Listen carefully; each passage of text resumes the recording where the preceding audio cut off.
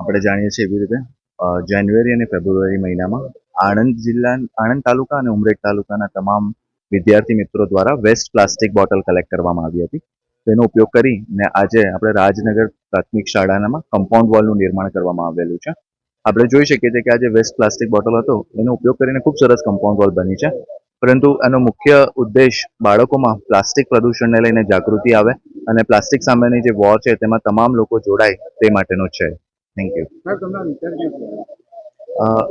પ્લાસ્ટિકના જે પ્રદૂષણ વધી રહ્યું છે તો પ્લાસ્ટિક બોટલને આપણે બ્રિક તરીકે ઉપયોગ કરી અને એમાંથી કોઈ પણ ઇન્ફ્રાસ્ટ્રક્ચર બનાવીએ એવો એક વિચાર હતો. અને ત્યારબાદ બધા શાળાના શિક્ષક મિત્રો, બીઆરસી મિત્રો, વિદ્યાર્થી મિત્રો સાથે ચર્ચા કરી તો આ શાળામાં ખૂબ જરૂર હતી. તળાવની બાજુમાં આવેલી શાળા છે અને ત્યાં પાણી ભરાઈ જવાના પ્રશ્નો પણ ધ્યાનમાં આવેલા હતા. એટલે આ શાળા પસંદ કરી અને અહીંયા આ પ્રકારની એક દિવાલ બનાવવાનું નક્કી કર્યું. એન્જિનિયર મિત્રો સાથે પણ કમ્યુનિકેશન કર્યું તો તેમણે પણ કહ્યું કે આ રીતે એક સ્ટ્રોંગ સ્ટ્રક્ચર આપણે બનાવી શકીએ છીએ. તે ઉદ્દેશ્યથી લઈને આપણે અત્યારે આ સ્ટ્રક્ચર બનાવ્યું છે.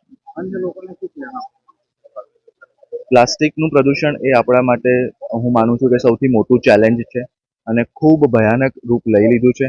તેવા માટે આપણે બધાએ માનનીય પ્રધાનમંત્રી સાહેબે જે લાઈફ મિશન આપ્યું છે તે પ્રમાણે આપણા દૈનિક જીવનમાં દરરોજ જે પ્લાસ્ટિકનો ઉપયોગ થાય છે તેને આપણે ઓછો કરીએ એ જ મારી આપ સૌને વિનંતી છે.